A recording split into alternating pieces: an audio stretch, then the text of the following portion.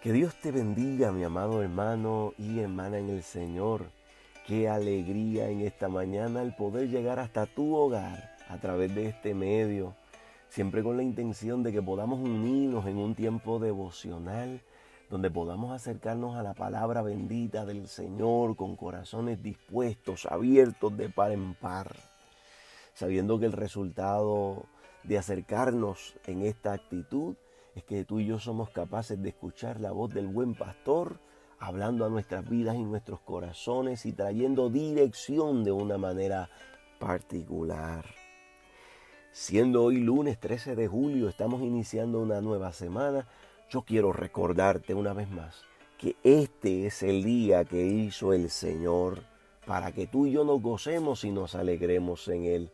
Independientemente de las circunstancias que puedan estar rodeándonos, podamos elevar nuestra mirada en esta mañana al cielo y dar gracias al Señor porque Él ha sido bueno y porque sus misericordias son nuevas cada mañana, por el privilegio de habitar un día más en la tierra de los vivientes y no hacerlo solo, sino con la presencia del Señor presente en nuestras vidas. Por eso damos gloria y honra al Señor y comenzamos esta semana bendiciendo el nombre de aquel que nos ha salvado, aquel que está con nosotros como poderoso gigante. Damos gloria, honor y alabanza a nuestro gran Dios y Salvador. Aleluya. Vayan mis saludos, un caluroso abrazo en el amor de Jesucristo a todos y cada uno de ustedes, mis amados hermanos y amigos, en esta linda mañana del Señor. Quiero invitarte a que juntos nos acerquemos en este momento a la palabra del Señor y podamos reflexionar en la misma. Precisamente quiero comenzar en el día de hoy a compartir con ustedes acerca de las últimas enseñanzas que compartió Jesús con los suyos. Y es que creo que deben ser sumamente, particularmente importantes cada una de esas enseñanzas que pudo compartir nuestro Señor Jesucristo en sus últimos momentos. Yo creo que sabiendo Jesús que su hora había llegado de partir de este mundo a la presencia del Padre, creo que esos últimos momentos Él los aprovecharía de una manera particular para compartir con sus discípulos probablemente de aquellas verdades que le parecerían más trascendentales, más importantes para que sus discípulos pudieran grabarlas en lo profundo de sus corazones y abrazarse a las mismas. Y es por eso que en este día quiero comenzar a compartir acerca de este tema con cada uno de ustedes, mis amados hermanos. Pero quiero que podamos iniciar mirando una gran verdad en esta mañana. Y es que cuando uno va a Juan, Evangelio de Juan capítulo 13, donde hay un relato allí titulado Jesús lava los pies de sus discípulos en esos momentos finales. Hay una verdad al inicio de este relato que es la que yo quiero comenzar compartiendo contigo. Dice el verso número 1 de este capítulo 13 de Juan. Antes de la fiesta de la Pascua, sabiendo Jesús que su hora había llegado para que pasase de este mundo al Padre, como había amado a los suyos que estaban en el mundo, los amó hasta el fin. Y luego viene todo el resto del relato acerca de ese momento del lavamiento de los pies a sus discípulos. Pero lo que yo quiero en esta mañana que tú y yo podamos ver es la capacidad que tuvo nuestro Señor Jesucristo para poder identificar los tiempos. Dice el texto sagrado que antes de la Pascua Jesús pudo identificar, Jesús pudo discernir, Jesús pudo leer los tiempos y darse cuenta que aquella Pascua que tenía de frente no era una Pascua igual que las que había participado anteriormente, sino que era una Pascua que estaba vestida de un kairos de parte del Señor, de un momento de transición.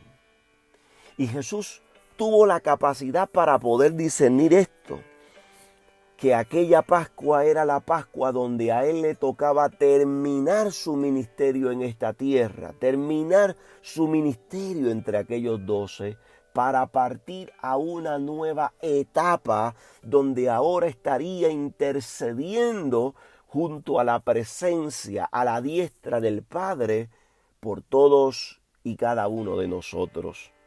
Jesús pudo identificar el momento.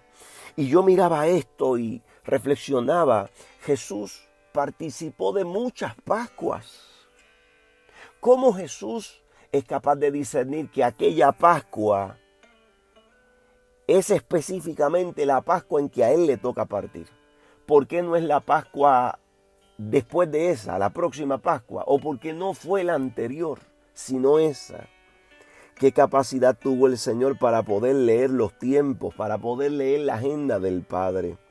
Óigame, habían pasado ya 3 años aproximadamente de que Jesús había estado en medio de sus discípulos, compartiendo con ellos, guiándoles, enseñándoles, formándoles, influenciándoles, cuidándoles, dirigiéndoles. Jesús se había convertido en el pastor de aquellos 12.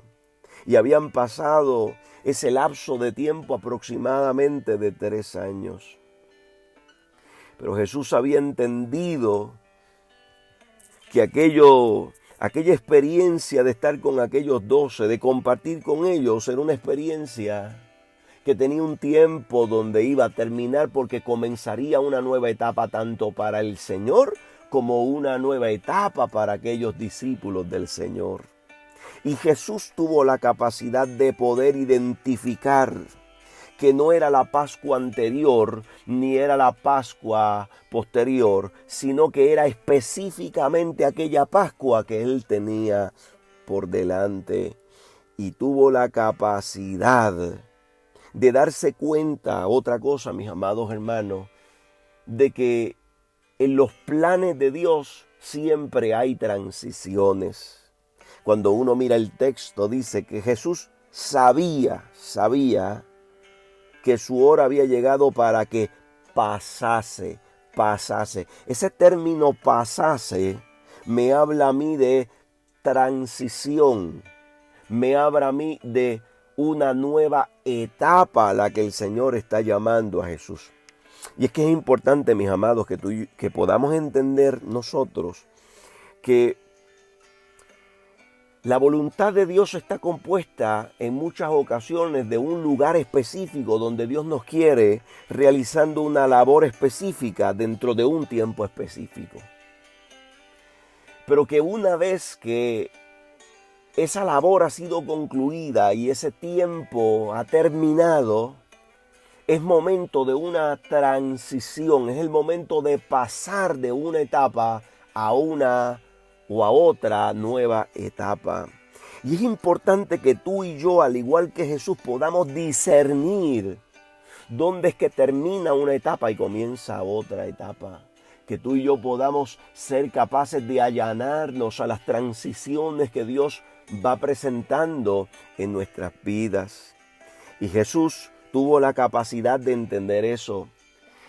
Él sabía que podía quedarse en aquel lugar, pero el Padre había determinado que esos 3 años era el tiempo oportuno de parte del Señor, era el kairos de Dios, era la ventana que Dios había abierto para que el Señor realizara una obra en medio de ellos, pero que ahora Dios iba a abrir otra ventana, iba a abrir otra nueva etapa, porque la obra del Señor, mis amados hermanos, siempre ha de continuar hacia adelante.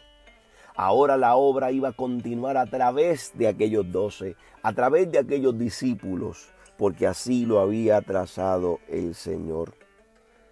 Y es importante, número 2, que entendamos y veamos la capacidad que tiene Jesús no solamente de poder identificar los tiempos del Señor, sino que tiene la capacidad para poder sujetarse a esos tiempos.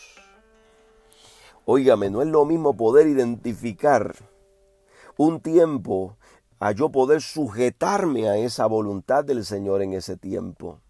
Fíjese que Jesús pudo haberse quedado pensando al identificar que el tiempo se había terminado, que su tiempo había terminado y que le llegaba la hora de su partida. Él pudo haber comenzado a contender con la posibilidad de que si se quedaba un año más, si se quedaba más tiempo para seguir trabajando, eso podría redundar en beneficio de la obra. Oiga, mis amados, si Jesús se queda un año más, en vez de 3 años se queda 4 años, ¿usted no cree que van a haber más enfermos sanados? ¿No cree que van a haber más endemoniados liberados? ¿No cree que va a haber más gente que escuche la palabra del Señor y el Evangelio? Claro que sí. Claro que sí, y ese es nuestro pensamiento humano y lógico. Y Jesús debe haberle pasado aquello por la mente, pero Jesús ha aprendido a sujetarse a la agenda del Padre. Y aunque lógicamente le parezca mejor probablemente quedarse más tiempo, porque eso redundaría en el avance de la obra, Él entiende que los tiempos de Dios son perfectos, que los tiempos de Dios son exactos, que los tiempos de Dios ya están trazados desde la eternidad y que si algo tú y yo podemos hacer bien es sujetarnos a esos tiempos de parte del Señor, sujetarnos a su voluntad. Óigame, Él pudo también haberse puesto a luchar con sus sentimientos y ciertamente que debió haberlos experimentado, con el sentimiento de querer estar allí con aquellos 12, de querer continuar con aquellos 12, de la preocupación por si aquellos hombres podían seguir adelante, cómo manejarían las circunstancias, los retos que estaban por delante, si realmente ellos podrían llevar adelante la misión que había comenzado, que les había sido encomendada. Mire, una pregunta lógica sería, ¿cómo ustedes creen que le iría mejor a los discípulos? ¿Cómo sería mejor en el próximo año? ¿Con Jesús en medio de ellos o con Jesús habiendo partido? La respuesta lógica, mis amados hermanos, que se cae de la mata, como decimos nosotros en el campo, es que Jesús se hubiera quedado con ellos. Los hubiera podido formar mejor, hubiera podido influenciar un poco más, hubiera podido cuidar un poco más de ellos. Sin embargo, y a pesar de eso, Jesús logra identificar que es la hora y puede anteponer la voluntad, la agenda de Dios a sus propios sentimientos y a lo que lógicamente puede llegar a su mente en sus pensamientos. Y Jesús decide caminar hacia el cierre de su ministerio, hacia el cierre de aquella etapa donde había estado haciendo la voluntad del Señor en medio del pueblo. Ahora, hay una tercera cosa que quiero que tú y yo veamos aquí. Es la capacidad que tiene Jesús para sujetarse a la forma y al momento en que Dios ha decidido que Jesús cierre aquella etapa de ministerio. Óigame, uno podría pensar, si le llegó la hora a Jesús, si ha llegado la hora de partir, entonces deberíamos hacer una gran fiesta, una gran ceremonia. Deberíamos estar en un momento de fiesta, de celebración. Pero la realidad es que la forma en que el Padre había determinado que se hiciera el cierre del ministerio de Jesús era una forma un tanto atravesada, un tanto complicada. ¿Por qué usted dice eso, pastor? Porque a Jesús la forma en que le toca cerrar el ministerio es de noche en la oscuridad, porque es allí donde lo vienen a arrestar. Allí es donde vienen a arrebatárselo de sus discípulos. Se lo llevan arrestado, lo golpean, lo avergüenzan sus enemigos y termina siendo crucificado allí en el Calvario, a la vista de muchos del pueblo. Ahora, qué imagen tan triste, qué imagen tan lamentable, humanamente hablando, para los discípulos el poder ver a su maestro en aquel momento allí siendo crucificado. Dejaría un sentimiento de derrota, dejaría un sentimiento de como que los enemigos de Jesús vencieron sobre él. Ese es lo que humanamente evoca el cuadro del cierre del ministerio de Jesús. Abofeteado, escupido, se burlaron de él, lo arrebataron de noche, lo llevaron atado, lo llevaron con una cruz en sus espaldas. Mire, qué manera de terminar el ministerio. Óigame, nosotros hubiéramos querido terminarlo si fuéramos Jesús en el Coliseo, en el Estadio Nacional, con una multitud grandiosa aplaudiendo por lo que Jesús había hecho y que ahora partía hacia la presencia del Padre. Nosotros hubiéramos deseado que hubieran habido bombas, que hubieran habido globos, que hubieran habido música. Pero ¿sabe lo que hubo? Hubo simplemente un cuadro que humanamente era un cuadro que evocaba tristeza y que evocaba lamento. Pero ¿sabes qué, mi amado hermano? Una cosa es como tú y yo vemos las cosas. Una cosa es como nosotros los seres humanos, limitados, vemos las cosas, y otra cosa es cómo se ven desde la eternidad. Otra cosa es cómo se ve desde el cielo. Otra cosa es cómo se ve desde la óptica de Dios.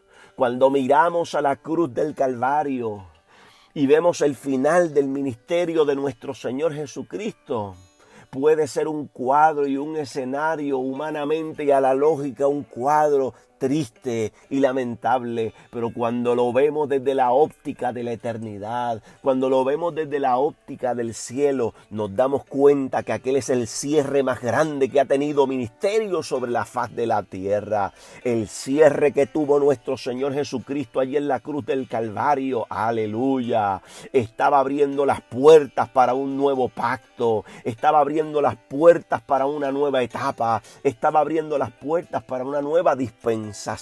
Aleluya. Y lo que para los hombres parecía un evento trágico, era realmente el evento más extraordinario de bendición, de gracia, de gloria y de misericordia para toda la humanidad. Aleluya. Y es por eso, mis amados hermanos, que es importante que nosotros podamos entender que lo que a veces para nosotros puede parecer un escenario de tristeza, de lamento, a la hora de la verdad, cuando es el tiempo de Dios, cuando es en la voluntad de Dios, cuando es en la forma de Dios, el resultado ha de ser glorioso, el resultado ha de ser de bendición. ¿Sabes por qué, mi amado hermano? Porque Dios nunca se equivoca. Porque Él es perfecto en sabiduría, dice la Biblia. Y cuando Dios traza un plan, lo traza perfecto. Y cuando Dios establece unos tiempos, unos kairos, unas etapas, unas transiciones, aleluya, Él lo hace perfecto. Él no se equivoca, aleluya. Por eso es que tú y yo podemos allanarnos a la voluntad de Dios. Por eso es que, como te he venido mostrando últimamente a través de las diferentes reflexiones, a través de María, a través de José, a través de Zacarías, a través de Elizabeth y tantos hombres y mujeres de Dios que decidieron allanarse a la voluntad de Dios, que en el momento podría parecer un poco atravesada, un poco complicada, un poco lamentable, el resultado siempre fue la bendición de Dios, porque en la obediencia hay bendición. Porque la voluntad de Dios a veces puede costar un precio y a veces puede doler y a veces puede ser atravesada, pero bien dice la palabra del Señor, la voluntad de Dios siempre será buena, será agradable y será perfecta. Usted podrá decir, pastor, pero es que yo me he encontrado en momentos en mi vida donde hacer la voluntad de Dios me ha arrancado lágrimas de los ojos. me ha costado dolor, me ha costado sufrimiento, me ha costado aflicción. Y yo te voy a decir, y a mí también, mi amado hermano. Pero ¿sabes qué? Como Jesús le dijo a Pedro precisamente en este pasaje, hay cosas que yo hago ahora que tú no las entiendes en este momento. Lo que yo estoy haciendo tú no lo entiendes en este momento, pero lo vas a entender después. Óigame, mis amados, no podemos pretender entender todo lo que Dios está haciendo en este momento. Hay veces que necesitamos la perspectiva que nos otorga el tiempo para mirar hacia atrás y decir, ahora yo entiendo por qué. Ahora yo entiendo el por qué en este momento. Ahora yo entiendo el por qué en esta forma. Ahora yo entiendo el por qué de Dios quería que yo hiciera esto. Lo que yo hago, tú no lo entiendes ahora, Pedro, pero lo entenderás después. Que es importante, mi amado hermano, que tú y yo podamos confiar, que aunque no entendemos, podamos confiar en aquel que ha trazado un plan perfecto con cierres, con entradas, con finales, con transiciones, y no se va a equivocar. Él no se equivoca. Mire, mi amado, si Dios no se ha equivocado nunca por la eternidad entera, no se va a equivocar ahora contigo y conmigo. No se va a equivocar en lo que está haciendo en tu vida. No se va a equivocar en los planes que tiene contigo, con los planes que tiene con tu familia, en los planes que tiene para con nuestra iglesia. Dios no se va a equivocar. Lo que hace falta es que tú y yo seamos capaces de discernir los tiempos de Dios. Que podamos identificarlo para que podamos correr no de acuerdo a nuestras agendas, sino a la agenda del Señor. Y podamos confiar que cuando a veces el Señor te dice, da un paso hacia adelante, aunque tú no lo entiendas, puedes confiar, puedes obedecer con tranquilidad porque sabes que Dios no se va a equivocar. Y es posible que yo vaya a entender el por qué cuando ya yo haya dado el paso y mire hacia atrás. O cuando en ocasiones Dios te dice, detente, no te muevas. Y yo digo, pero es que lo que me parece es seguir caminando. Y Dios dice, detente, mira, lo que tienes que hacer es confiar. Confía en el Señor, Él no se equivoca. Obedece y entonces te vas a dar cuenta, probablemente no ahora, sino al tiempo, mirarás hacia atrás y te dirás, ahora entendí por qué debía detenerme, porque si hubiera seguido adelante, hubiera pasado esto y esto otro, y eso no convenía y no era parte del plan del Señor. ¿Qué te quiero decir con todo esto, mi amado hermano? Jesús nos deja el ejemplo de que tú y yo necesitamos ser capaces de discernir los tiempos de Dios. Que nosotros necesitamos ser capaces de poder sujetarnos a esos tiempos de Dios. Y que tú y yo necesitamos ser capaces de sujetarnos a las formas y modelos que Dios ha establecido, aunque tal vez a la vista humana y a nuestro pensamiento humano no nos parezcan lo más adecuado y lo mejor. Podemos confiar en el Señor porque Él no se equivoca. Así que yo te invito en esta hora, mi amado hermano, a que tú y yo, independientemente en el área o en la etapa de vida que nos encontremos, no sé qué estás experimentando en este momento en tu vida, en tu familia, en tu ministerio, en tu trabajo, en las diferentes áreas. Pero te invito a que puedas discernir la agenda de Dios, los tiempos de Dios, y que tú y yo podamos allanarnos a ellos, confiando en el Señor, porque siempre hay bendición en la obediencia al Señor. Te invito a orar en este momento. Señor, gracias, porque tú tienes un plan perfecto trazado desde la eternidad. Y tú nos has invitado, Señor, a formar parte de ese plan perfecto. Y de alguna manera, Señor, has establecido las entradas y las salidas de lo que nos toca a nosotros formar parte dentro de ese plan. Yo te pido, Padre Celestial, que esta palabra en esta mañana cale profundo en nuestros corazones y nos enseñe, Señor, a que podemos confiar en tu plan. A que podemos, Señor, prestar atención a tu agenda, a tu tiempo, Señor, a tu cronograma. Y que aunque a veces no entendamos, Señor, algunas instrucciones en el momento.